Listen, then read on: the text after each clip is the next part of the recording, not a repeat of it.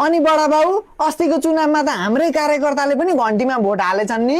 अहिले फेरि तिनीहरू यतै आएर उताको विरोध गरिरहेछन्। उता भोट हाल्ने पनि हाम्रो कार्यकर्ता हो। अन्त भोट हाल्ने यस पार्टीको कार्यकर्ता हुन्छ? हुँदैन होला नि, थर्काइदिनु न। अरूलाई भोट हाल्ने यस पार्टीको कार्यकर्ता हुने, हलो अर्काको जोत्ने, भात यहाँ खाने, पद यहाँ चाहिने, काम अर्काको गर्ने। त्यही त, यो त मिलेन। यो मिलेन, फिटिक्कै मिलेन नि हौ। तर बडा बाउ धेरै कडा नबोल्नु न, रिसाउँछन्। अब उपरान्त त्यस्तो रोक्नुपर्छ भन्नु न। तर त्यस्तो त भयो अरे। अब उपरान्त हामीले त्यस्तो कुरा रोक्नुपर्छ। अहिले अनुशासनहीनता देखा परेको छ, अराजकता देखा परेको छ। परेको छ। उम्मेदवार मन नपरे पनि लेबी तिरेपछि आफ्नै पार्टीलाई हाल्नुपर्छ नि। कस्ता अनुशासनहीन अराजकहरू हौ। अनि बडा बाउ तपाईलाई त एयरपोर्टमा पुरा चेक गरे अरे त, बम बोकेर हिँड्नु भएको थियो कि के हो? बम बोकेर हिँड्छु म? के को हिँड्नु हौ? तर पनि चेक त गर्नु पर्यो नि त। शरीरमा बम बोकिया हुन्छ?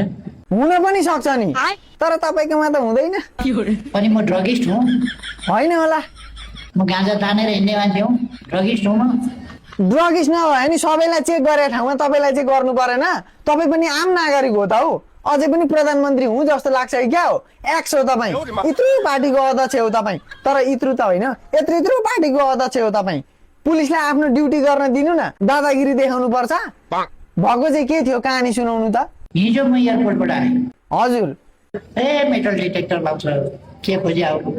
मेटल डिटेक्टर लगाएको छ, यता मेटल डिटेक्टर लगाएको छ, यसो गरेको छ, यसो गरेको छ। त्यो त सबैलाई गर्छ नि, तपाईँलाई के भयो? काउकुती लाग्यो?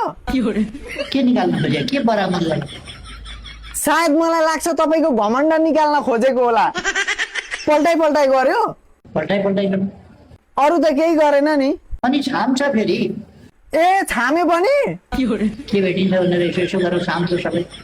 के छामे मेरो शरीर? पक्कै पनि यो मान्छे तनावमा छ, गुड्का खैनी खाना थाल्यो होला, एक खिल्ली भयो नि मागेर खानु पर्यो भनेर छामेको हो कि? आजैको कुरा हो?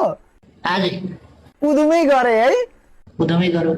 एक ठाउँ गरेपछि त जहाँ चाहिँ त पुग्नु पर्ने, फेरि अर्को ठाउँ जान्छ। भद्रपुर आउँछु त्यहाँ पनि जान्छ फेरि।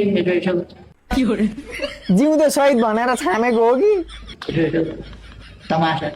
म न गजाडी न जडिया न ड्रगिस्ट न के खोज्या हो? न मसँग 190 तल सुन त तपाईँसँग के हुनु र? बा दुर्गा प्रसाईले प्रमाण देखाएको कम्बोडियाको पैसा आएको छ कि भनेर छामेको हो कि? तर तपाईँ जतिकै इमान्दार मान्छेलाई किन छामेको होला नि? यिनीहरूको काम यस्तै हो, गर्नुपर्ने ठाउँमा गर्दैनन्। ट्रक तस्करी सिमानाबाट भएको भइ छ। मेरो चाहिँ है एयरपोर्टमा मेरो शरीर चाहिँ डिटेक्टर लाउँछ, गेटबाट छिराउँछ, ग्याङ बनाउँछ। हो, तपाईँको पालामा त तस्करी जिरो थियो नि हौ। बोर्डरमा सियो पनि छिर्न पाउँदैन थियो। भ्रष्टाचार त झन् पुरै शून्य। मानव तस्करी गर्ने मन्त्रीलाई त कहिले पक्रिनु नै परेन तपाईँले। अहिले त छैन नि हौ, खत्तम। नयाँहरूले सरकार बनाएपछि यस्तै हुन्छ। कहिल्यै ननाचेको मान्छेलाई यसले त राम्रो नाच्छ भनेर चाहिँ नचाउँदाखेरि हुन्छ। त्यही त, तपाईँहरूले कम्ता राम्रो नाच्नु भयो त, देशै ग्रे लिस्टमा पुर्याइदिनु भयो। अनि अब पाउनु भयो भने त झन् पुरै दसैँको टिका जस्तो रातो लिस्टमा पुर्याइदिनु हुन्छ होला नि। त्यसो भएर जाने गाले गर्ने ठाउँमा यस्ता उडन्ठेउला केटाहरू।